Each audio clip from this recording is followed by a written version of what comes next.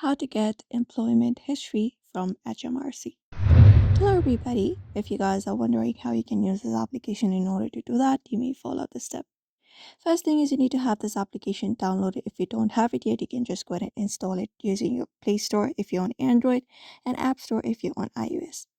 After that, once you open it up, you should be finding this interface once you are logged in. So from the given interface from your home screen directly, you can look out for this option called Pay As You Earn, PAYE. So you can just go ahead and locate this option up and tap on it. After you tap on it here, it will show you your pay income tax summary right here. So in order to look out for the total history, you should be finding an option of view another tax year option. So just go ahead and locate that up and tap on it. And then once you tap on it, it will show you your year. So including that at the last, you have your income tax and employment history option. So you just go ahead and look out for that option and simply tap on it.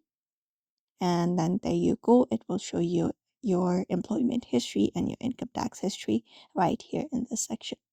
So this is how you look out for your employment history in HMRC app. So I hope this video was helpful. Give it a thumbs up and subscribe for more tips and tutorials, and we will see you in another video.